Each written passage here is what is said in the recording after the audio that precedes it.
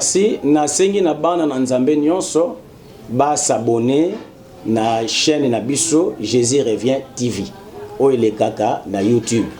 Donc ba linga yango ba sepela na yango ba landa yango ebele pe oyo bazana mutema malamu baza bolinga ko soutenir émission oyo po eza yango nde ye po fungola bana nzambe misu ba comprendre les temps pe les jugements ya temps parce que eza émission moko eza purement prophétique.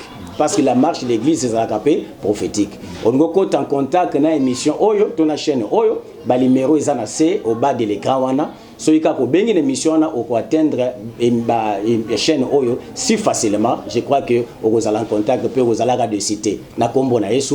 Merci kolo apambola bino mingi. To pesi bana na nzambe nyonso mbote o bazolanda biso na kati ya chaîne na biso Jésus revient TV.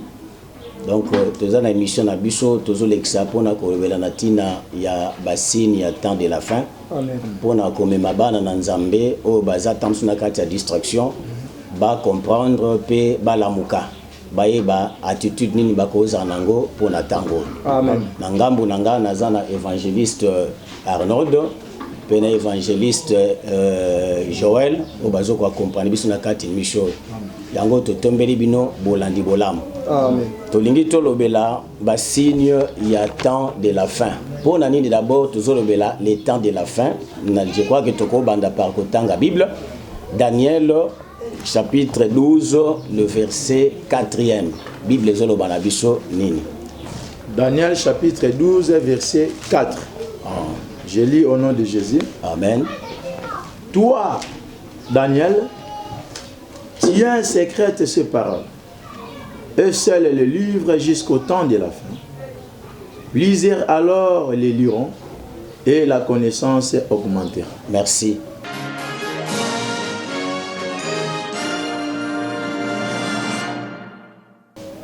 Pour l'année temps de la fin, je crois que la Bible a expliqué Bicho que nous basons sur Daniel parce que Daniel a bikaki na temps mokoboy. Amen. Puis après temps à Daniel, bazo ebisaye ezana makambo yebisa maki na Daniel. Mais ba yebisi na Daniel kanga makambo ezala secret jusqu'au temps de la fin. Amen. Pour dire que Daniel azaki na temps débit. Amen. Bazolo bane celle ces choses jusqu'au temps de la fin. Alors amen. Plusieurs ba ebele ba kotanga makambo yo pe boyebi e gomata. Or koloba temps de la fin ezana bilembo oyo ezola kisaki réellement toza pe na temps de la fin ango. Amen. Mais avant to kota na bilembo wana na sepeli tozwa parce que tant que tozwa bilembo temps de la fin ezali kambonde ya temps. Amen. To comprendre qu'est-ce que c'est que le temps. To tangi na mukanda ya Ecclésiaste chapitre 8 le verset 5e. Ecclésiaste chapitre 8 verset 5. Ah. Celui qui observe les commandements ne connaît point de choses mauvaises. Ok. Continue. Et le cœur du sage connaît le temps et le jugement. Voilà. Donc, balobi, le cœur, dans une deuxième partie, dans la partie B, balobi, le cœur du sage connaît le temps et le jugement. Amen. Donc, pour moutaye temps, na jugement, il faut à la sage. Amen. Or, okokoka ko agir te na temps moko shongolo soko zo comprendre gangote. Amen. Yangwana or ezana biloko yo e daga mutu comprendre le temps. C'est comme ça que moi na nzambe nyonso o yaza ya église azana azovire na kati église. Il faut comprendre ce qu'on appelle la prophétie. Amen. Parce que marche église est à la purement spirituelle, pesa prophétique. Amen. Or, ce qui moi dans nzamba comprendre que prophétie à quoi agir peut malamoté. À quoi ba ko calculer tenter. À quoi ba ko agir peut selon temps a été. Moïse azolo banabiso na mukanda ya Psaume chapitre 90 verset 12, alors apprends-moi à compter mes jours pour que j'applique mon cœur à la sagesse. Alléluia. Donc on a souligné likambo ya temps. Pe soko longwe même na Moïse oye ba passage moi mingi ezolobela likambo ya temps ba lui peuple azangi révélation azali peuple azali sa frère bazoloba na ba passage ebele même yasuka na kopesa par rapport ya temps ezana on a photo tanga ezana 1 Chronique chapitre 12 le verset 32. 1 Chronique chapitre 12 le verset 32. Verset 32. Oui. 12 verset 32, je lis. Ok. Deux fils d'Isaacar, ayant l'intelligence des temps pour savoir ce que devait faire Israël. Voilà. Donc on a bendika vraiment portion moké balobi. Ce sont les fils d'Issankar au bazana intelligence il y a temps. Amen. Donc ils ont sengana bana nanzam. Oh bazali ba fils ya Issankar parce que véritable Issankar est notre Seigneur. Parce que Issankar aza mwana ya Jacob. Amen. Or Jacob a se déversé na kati ya bana na ye. Donc Jacob véritable Jacob loko la Seigneur. Bana na ye ba s'identifier na ye moko. Donc pour dire que le véritable Issankar pe Jacob eza ye moko Yesu. Donc ba fils Issankar o ba sengel ba bazana connaissance il y a temps. Ils ont des bisous. Et surtout les ministres de Dieu. Amen. Parce que bangonde ba benga ba conduire le peuple. Ceux qui ba yebi tenter, ba yebi ba événement tenter, ba comme ma peuple na kati ya dérive. Or na tango tokomi, il est vrai que nous tokomi na effectivement na temps de la fin. Tango tozomona même ndenge makambo tambo na mokili lelo. Kota la makambo lokola ba coronavirus et saisir toute l'étendue ya planète. Donc tant que tu vas au fils il y a Issankar le corps va y calculer temps bazo ba moment nini otokomi. Donc pour na to kota maintenant na lingi par rapport il y a tant to lobela l'ouverture ya baso. Je sais que tu aussi les sango teza tellement moulai mais to me kempe kota la succession ya événement. Na pesi d'abord moi introduction moké par rapport à l'ouverture ya so bazo yebisa d'abord Jean na Apocalypse chapitre 1 kuna balobi na Jean tient ces choses secrètes. Na David, na Daniel, il arrivera les temps où batu bakotanga makambo pe boyebe ko mata. Ba yebisi pe jantanga makambo oyo ezoya. Amen. Makambo Apocalypse makambo oyo ezoya. Nde bazo yebisa na Jean. Azoki ngolu ya kozwa révélation wana. Alors par rapport à ouverture ya baso au moment que ça la succession de vénémés au salamawana o ezo lakisa ba makambo oyo ya temps pe baso ezalaka 7 mais ceux qui obandi kotanga ba succession vene au moment que les 4 premiers sauts eza makambo ezo salama na temps de l'église oyo ese monani mais batu bazo mona bazo comprendre kaka te yango biso lokola tuza chargé na nzambe pona ko ouvrir l'intelligence ya batu pour ba comprendre les temps pe ba attitude ni koza par rapport ya temps yango to benga mito zongela muke makambo bien que temps eza muke to aussi les yango te tozongela muke makambo pona batu bazo mayele ba comprendre attitude ni ba koza nango na tango tozokoma na suka parce que l'église azozela un grand événement où ils allaient l'enlèvement selon 1 Thessaloniciens chapitre 4 le verset 13 ba ozela yango pe avant événement ne salama ezana bakambo esengele koma tozona nous date avant to kende kuna tozona 2 Thessaloniciens chapitre 2 à partir à verset 1 tu na 7.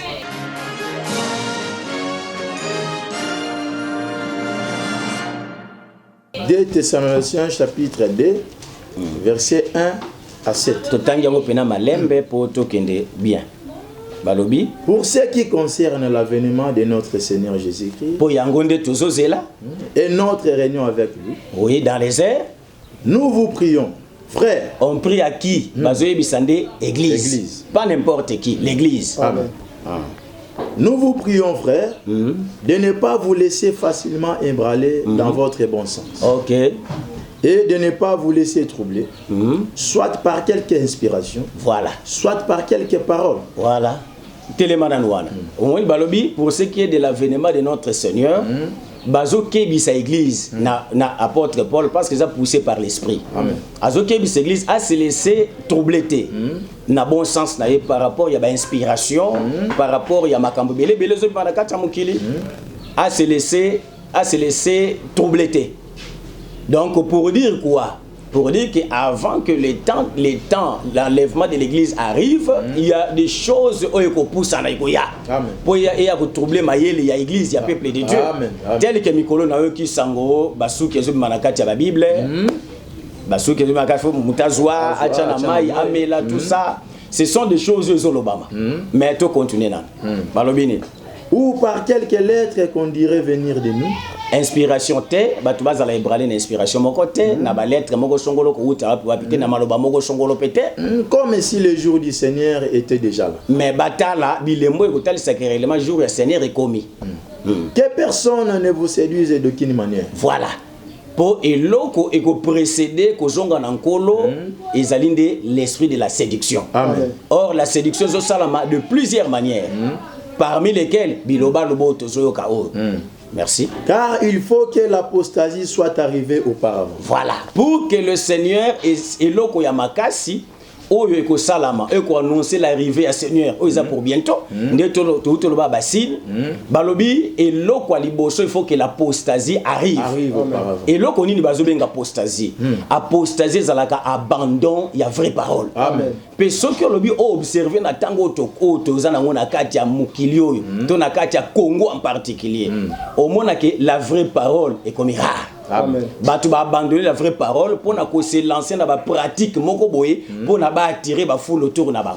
Entre autres les miracles, entre autres les prophéties, entre ba kambo izali pirement en l'air oyo et sauvakate. Amen. Donc batu bazo memama na biloko wana. Vas-y mon frère.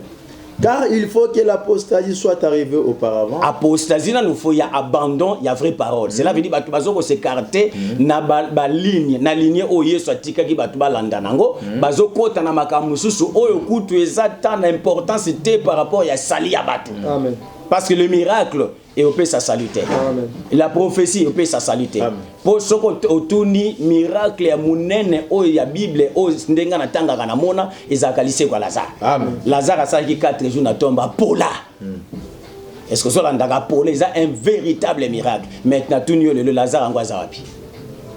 Dis le Lazare ngopé akufa kaka. Pour dire que atozu miracle ngwa ndenge nini suka nango okufa kaka.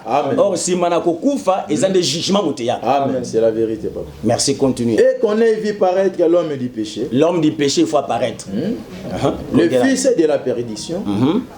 L'adversaire qui s'élève au-dessus de tout ce qu'on appelle Dieu ou de ce qu'on adore, jusqu'à s'asseoir dans les temples de Dieu, se proclamant lui-même Dieu. Or, l'homme du péché, oh, bazo ça la allusion, c'est la bête. Amen. C'est l'antéchrist. C'est la vérité. Il paraîtra. Mais parce que l'église est encore là. Mais alors, bateau bazar misu, il faut pas comprendre que ça, ce sont les œuvres de l'antéchrist. Oh, ils ont préparé les grands événements, ils allaient l'avenir Seigneur. Amen. Alors, on a dit l'antéchrist, c'est la bête. Oh, il apparaître physiquement après l'enlèvement de l'église. Mais puisque l'église est encore là, moyen apparaître les athées. Donc, azo ko agir na mystère. Azali, mais azo bimate. Mais bateau, bako mona yesa o bazan intelligence à temps, on va comprendre que c'est lui qui est en train d'opérer. Nakatia séduction, nakatia ba fausse parole, nakatia ba prophétie mensongère pour na quoi tirer ba foule autour ya batou. Pour ma bango nakatia perdition. Parce qu'en réalité, on a besoin de les salis des âmes. Amen. Merci, continuez. Ne vous souvenez-vous pas que je vous disais ces choses? Sautez 6. Verset 6. Et maintenant, vous savez ce qui les retient. Enfin qu'il ne paraisse qu'en son temps. Donc, à quoi qu'on paraître physiquement bouillé, parce que ça n'est locaux, ils ont retenu rien. Amen. À quoi paraître, on attend. Or, Koboya paraître en temps où ils ont retenir et sa présence de l'église par le Saint-Esprit. Donc comme le Saint-Esprit est encore là, lui ne peut pas apparaître. Donc à quoi apparaître quand l'église quittera la terre avec le Saint-Esprit, c'est alors qu'il y a à se manifester. Puis autres hommes les ont préparé l'enlèvement de l'église pour qu'il y ait maintenant abima pas bando salam salam. Amen. Continue mon frère. Car le mystère de l'iniquité agit déjà. Voilà, yango nazoloba. Les mystères de l'iniquité agit déjà. Or le mystère de l'iniquité, c'est ça, ce sont les œuvres de l'antéchrist. Oyo yemu antéchrist azate, mais misala na ye déjà ezomona.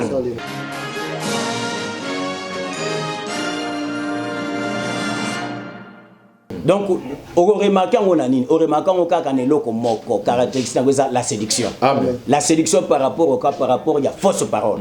Pour souci antéchrist na basali na ezali bacha batu marque de la bête. Amen. La marque du diable. Or la marque du diable tozelango d'abord na elembo te bazo tchane longi pe na mbunzu mais to mona yango na ba fausse parole. Amen. Yango na de véritables marques de la bête. C'est ça la vérité. Et ça d'abord la fausse parole. Amen. Tango batu bazo recevoir la fausse parole na ba agent na bango et bazo a déjà la marque sans le savoir. Amen. Marque spirituelle des salam.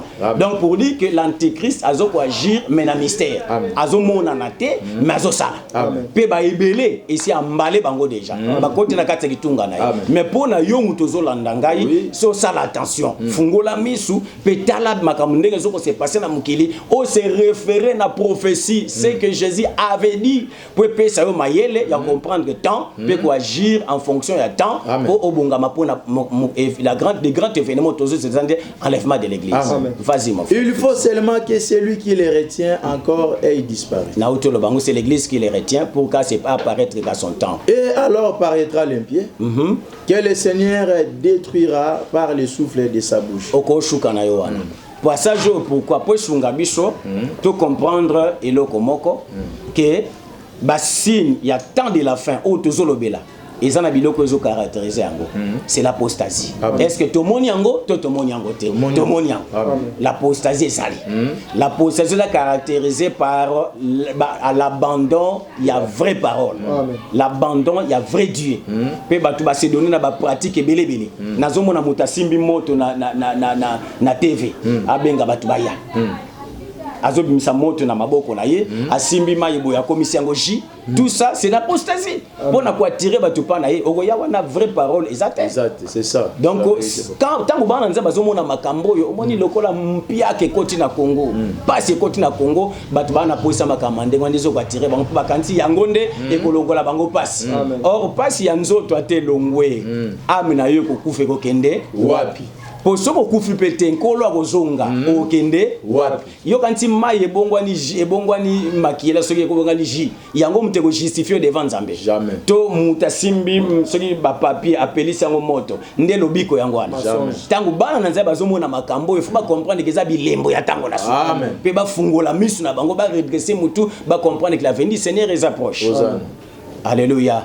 Donc je crois que eza to pesi ba caractéristique parce que po si manango to banda kokota na so ba so na lobe ezali 7 et le 7 so wana oizo itangami na Biblia to dans Apocalypse chapitre 6 à partir à verset 1er eza ba bilembo oyo et kabwani na deux parties. Une partie ezo salama na temps de l'église au tozana katia mukilio et une autre partie au salama après l'enlèvement de l'église. Yangwana bana na Nzambe faut ba comprendre. Ba comprendre ba signe. Ba comprendre des pétants. Tozana tango bazo mona ba comprendre tozana tanini événement o ezaya tanini pe événement o ezaya tanini. Pe na minute oyo tozo vivre l'ouverture des 4 premiers sauts. Il y a tant d'abissos. Oh déjà ils ont monana. Pe na habité batu bazo mona to bazo comprendre te. Yango batu bazo ko se laisser emporter kaka dans les mal. Bazo ko se laisser emporter na ba séduction. Bazo ko se laisser emporter na ba faux message. Bazo ko s'attacher na ba faux paroles, ba fausses paroles, ba fausses prophéties. Et bakanisi que na wanande ba préparer bokonza likolo. C'est une erreur. Or na l'ouverture il y a baso soko tali kuna omona bazolo bela biso les 4 premiers sauts et sa succession il y a ba cheval, il y a ba chevaux. Succession il y a ba chevaux. Cheval aba tokotanga balobi cheval blanc abimi. Si ma cheval blanc, cheval roux abimi. Si ma cheval roux, cheval noir abimi. Pe na suka nango cheval pâle. Azanga colère. Or soko moni nyonso wana ezakaka eloko moko. Ezakaka l'esprit de l'antichrist oyo azo changer ba forme mais na souci moko a séduire kaka peuple. Pour Satan souci neza alongola batu na voix ya Nzambe akotsa bango na voix na ye. Nde yango zomona azo changer ba séquence, azo changer ba forme. Na kati ya changement de forme ezaka pour distraire, pour séduire. Donc tous mona so toko tanga na yebi ke to aussi sens le to zata première to zaka première saut balobi nini Apocalypse chapitre 6, verset 1er. J'ai regardé quand l'agneau ouvrit un de sept sceaux et j'ai entendu l'un des quatre êtres vivants qui disait comme d'une voix de tonnerre. Viens. J'ai regardé et voici pareil un cheval blanc. Celui qui le montait avait un arc. Une couronne lui fit donner. Et il partit en vainqueur et pour vaincre. Quand il ouvrit les seconds sceaux, il est parti à vainqueur pour vaincre. Par rapport il y a premier saut, ce qu'on l'a dit, lecture oyo, très bien. On comprend de l'okomoko. Balobi, tango a fungoli le livre, parce que le livre est là qui scellé. Moi, je suis un peu de les livres étaient d'abord scellés. Tango a fungoli a fungoli al bandi par corrompre basso, puis a fungoli livre. Net na cheval à liboso abimi. Balobi ezalaki cheval blanc. Ba lecteur mingi ya Bible na basali ya Nzambe mingi oyo ba fungwa mité o mi se fungwa mité balobi que cheval wana blanc ezande Christ parce que ba moni couleur blanche. Amen. Babal ici en Apocalypse chapitre 19 à partir du verset 11 à 13. Oh non, il y a un cheval blanc et pourtant il y a des événements et il y a des temps différents. Amen. Cheval blanc au Apocalypse 6 et ça cheval blanc et Apocalypse 19 t. Il Apocalypse 19 et le belaka Christ tango koya pour na aya ko établir règne millénaire. Aya ko combattre système ya mabele pour établir règne millénaire. Ça n'a rien à voir avec le cheval blanc. Le cheval blanc c'est l'antichrist. Amen. Oyo balobi abimi azana flèche, azana arc, azana flèche té. Alati apparaître blanc. Balobi abimi à vainqueur pour vaincre. Donc je crois que et là quand simba wanezani. D'abord la couleur blanche azaki nango, soko tangi na Bible blanc ezalaka lumière. Amen. Satan azoko se déguisé en ange de lumière selon 2 Corinthiens chapitre 11 le verset nango 14. Amen. Satan se déguise, ce n'est que le déguisement. À se déguiser na souci moko ko celui. Balobi azana arc mais azana flèche. Or par rapport il y a Jérémie chapitre 9 à partir du verset 6. Balobi arc ezalaka bouche, flèche ezalaka mensonge. C'est que ce cheval azobima c'est tout un esprit de l'antéchrist. Oh il a dit lokola Yesu bimi na Yesu ezana mensonge na munoko na ye. Pe mensonge on a souci moko ya ko séduire, ya ko détruire les âmes. Ndé loka bimeli lokola bla et paraître lokola Christ, mais en réalité c'est Christ. C'est ce que nous sommes en train de voir aujourd'hui. Beaucoup ya bateau bazobenga ba serviteur ba ministre de Dieu, eza ba ministre de Dieu té. Baza ba serviteur ba incarner lokola ba memi kombo ya Yesu na munoko mais baza ya Yesu te okomona bango na misala na bango balobi ye moko Yesu azoloba on jugera l'arbre par ses fruits.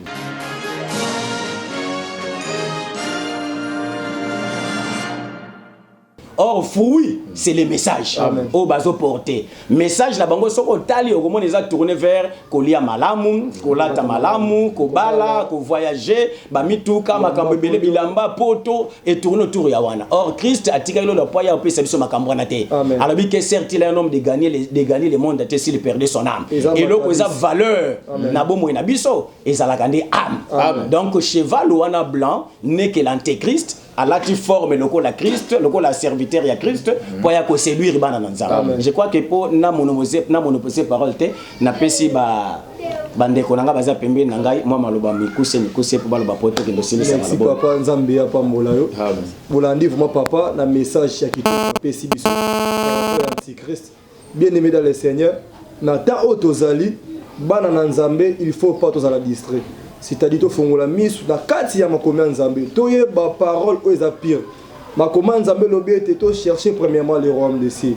Alors vie à chrétien essayer to luka bokonza likolo mabala misala promotion élévation succès eza matabis o nzambe apesa kana vie ya mu Kristo tant yo pesi vie pa nzambe nzamba ko peso mabala wala nzamba ko peso promotion nzamba ko peso élévation nzamba ko peso succès parce que oseye.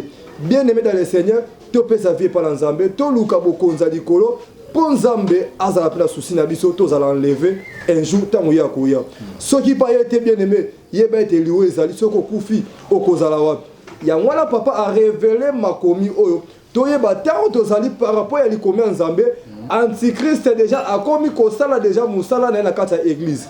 yango wana mpona koyeba ete azosala mosala na kati ya église tokoyeba bango na baenseignement na bango tokoyeba bango na bacomportement na bango na bamessage oyo bazomemela peuple de Dieu yango ne ekosalaka toyeba bango par rapport ya bamessage wana nzambe alola vraiment apambola bino nasi vraiment ya kolobesa ebele ta vraiment eza vraiment jaloux. Merci vraiment pour la parole. Na pamboli penza nzambe na oyo papa a outi vraiment koloba le docteur Ezekiel Sechungu na message penza pour na makambo etali ba signe attend de la fin. Yo mutozo landa biso partout dans le monde na tous les 5 continents à travers chaîne O Jésus revient TV na émission La Voix de l'Éternel. Vraiment makambo est très important et yé pour na vie na yo.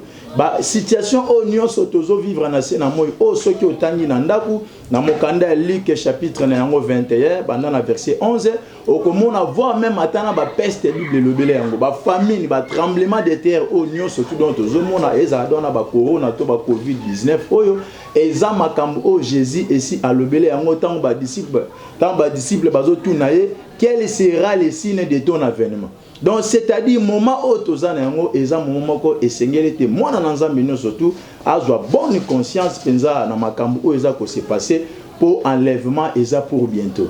Bien-aimé yango bongola mutema place no surtout ozali o se repentir enfin que ceux qui yesu aye lelo tolobi okota bokonzali kolo yango penza ekozala malamu mingi nde yango wana eza eloko o nzambe ayebi na kopesa biso.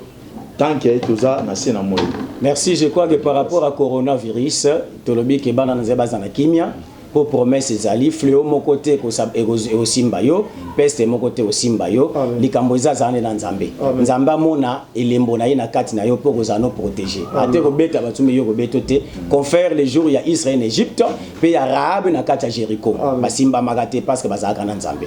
Je crois que topesi bana na nzambe no samukimba mboto balandi biso to pamboli mokambi ya chaîne wa pesi biso kazo koleka pamboli évangéliste Joël évangéliste Arnaud pour na sens disponibilité na bango et au reste to pesi bino mbote ko la pambola bino. Amen.